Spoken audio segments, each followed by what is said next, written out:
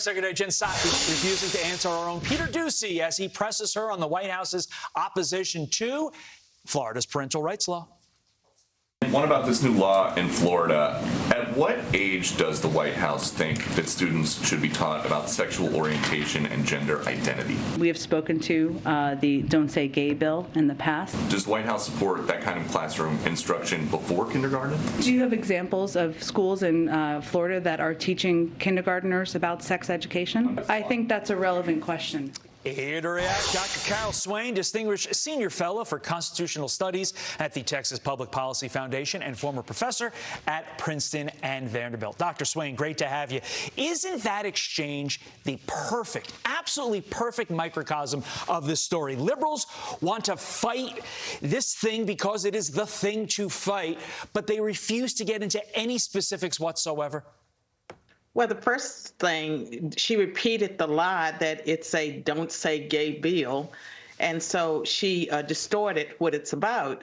And, you know, I could have answered her question very easily because during the Obama administration, that's when you saw kindergartners begin to be taught about sexual education aggressively and also about homosexuality through some of the curriculums pushed by the CDC. And so it's been around for a while. Parents are just becoming aware of it.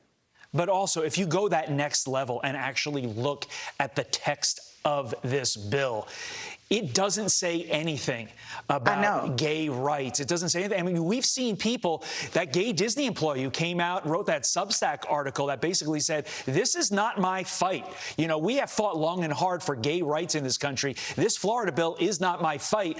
There shouldn't be this hullabaloo about it, but there is. So, you know, this story's not going away, and I think the parties are entrenched. It's going to be fascinating to see where it goes.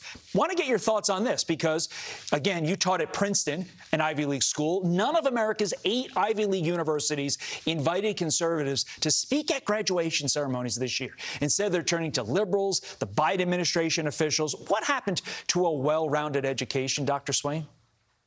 Well, I can tell you again, that's something that you can trace back to the Obama years when conservative speakers started getting excluded and disinvited. And I think now that most institutions that are secular, they don't want to deal with protesters. They're trying to appease the loudest voices. And so even if they were inclined to have diverse viewpoints on campus, they're not willing to offend the students who would be most disruptive. I mean, education suffers as a result. Yeah, I mean, look, I went to one of these schools. I went to the one up in New Hampshire. You taught at one, the one in New Jersey. But is the usefulness of a college degree, including these high-level college degrees coming from the Ivy League, is it useful anymore? I mean, I just wonder what you're doing when you come out.